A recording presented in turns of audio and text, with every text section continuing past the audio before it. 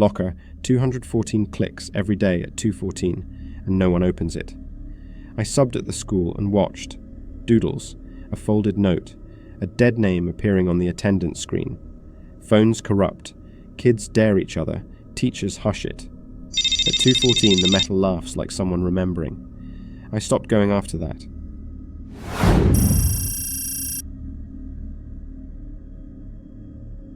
Locker 214 clicks every day at 2:14 p.m., even when it's empty. I subbed at Ridgewood Middle for a month. I won't give my name. The janitor told me about Locker 214 on day 1. He said, "Don't stand there." He sounded serious, not joking. The school smelled like marker and old pizza. Kids dropped backpacks. I left my coffee in the staff room a lot.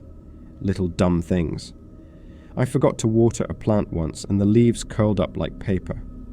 First week I heard the click. It echoed. 2:14 on the clock. I thought wind. Old buildings creak. 2 days later it clicked again. Same time. I watched. Other teachers said, "It's the janitor." The janitor was in the opposite wing. Kids dared each other to put their ear to 214. No one stayed long. A kid put a sticky note on it. "Leave me alone." He ripped it off later, hands trembling. I opened 214 once to hang my coat. Inside was a doodle, a boy with a big grin and a baseball cap. I poked around the office and found him in an old yearbook. Same grin. His name was there. He died in a bus crash the year before I was born. That made my skin prickle. I told myself it was coincidence. Then the attendance system pinged. The admin called me. "We got a present," she said, meaning someone showed up. The screen showed the dead boy marked present in Mr. Hale's homeroom. The login came from a school laptop in that room. Mr. Hale was home grading. He swore he didn't mark it. We traced the query. It said the laptop was wiped clean. No history. He went quiet and left like someone carrying a weird smell. Miss Alvarez, a retired teacher, stayed late to tape a play. She came out white-faced and told me she smelled pipe tobacco by 2:14 once. She said she found a folded note in the locker with the boy's name and 2 words. "I'm sorry." She kept it in her drawer. She chewed her lip and would not say more. I started staying late. Not to be brave, to see if the click was real. I would stand after the kids left, watching the lockers like a fool. At 2:14 it clicked, sometimes once, sometimes twice. Once the metal made a tiny high sound like a small laugh. I hated it. I moved closer anyway. One night I left my phone on video across from 2:14. The file corrupted. I thought I broke the phone. The janitor offered to help. He looked at the footage like a man looking at someone else's grief. He said, "Some texts say spirits mess with bits." He did not smile. The vice principal told me to drop it. "We have insurance," he said. "Rumors hurt schools." He used the word like a weapon. He told me not to call parents. I thought about the kid's family and lawsuits and my own job, so I kept my mouth shut. A kid named Marcus said he left a baseball card in 214 and it was gone next day. Another kid said he heard his name whispered when halls were empty. Kids test things. They brave it, then their voice shrinks. I tried logic. I once took apart the hinge when the janitor was gone. No wires, just paint and dust. A gum wrapper stuck in the back. Prank. But a prank doesn't make a dead name show present on a computer. Once, out of spite, I left a tiny folded paper in 214 that said, "Go away." Next morning it was gone. Kids don't take that kind of thing seriously, but I did. Sometimes at night I wake because I think I heard a child's feet on the stairs.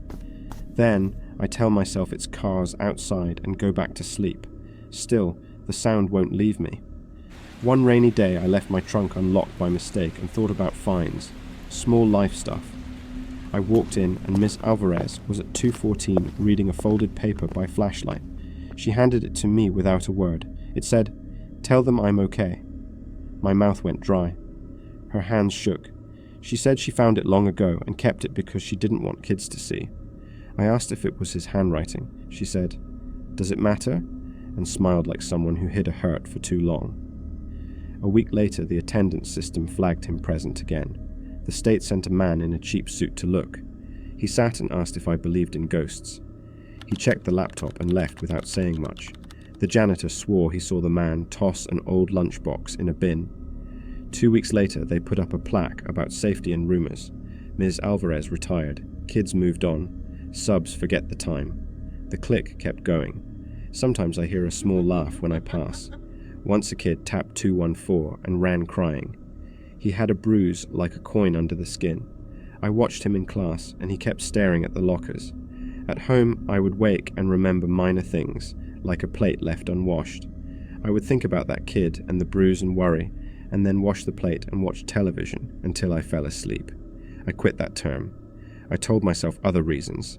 I told myself I made a story. But on my last day, I left my keys on top of 214. I forgot until I was on the bus. I went back that night. The janitor was waiting. He handed me my keys. The clock read 2:13. We stood there. At 2:14, the locker clicked. The janitor turned his head like he heard a private joke. He said, "You get used to some things." I took the keys and walked out. He said, "Some rooms keep their people." He blinked slow. He looked at the clock like someone who checks a watch, then shrugged and said, "They don't hurt anyone." I wanted to ask if he believed. He just smiled with a mouth that smelled like coffee and dust. I never went back. I don't know if a locker can hold a voice or if guilt can make wood remember. I only know that when I walk by metal fences at night, sometimes the wind gives a tiny laugh and I think of 2:14. I can't prove this, only that it happened now. A while later I walked past a middle school. The playground looked smaller. I paused. My phone had 1 bar. I thought about going in. I did not. I went home and burned my toast because I needed to do something dumb. My cat bumped a glass and the floorboards creaked like the stairs there. Little noises make me think of old things. I dream the bus route now and then. I wake with cold hands. Once a parent emailed about a folded note and dared kids. I wanted to tell them not to touch it. I did not. Maybe some rooms keep people because we leave them there. Maybe we keep them by refusing to finish their story. If you hear a click at 2:14, stop and listen. Be careful. Or don't. I don't know which is worse. And tell someone, if you can.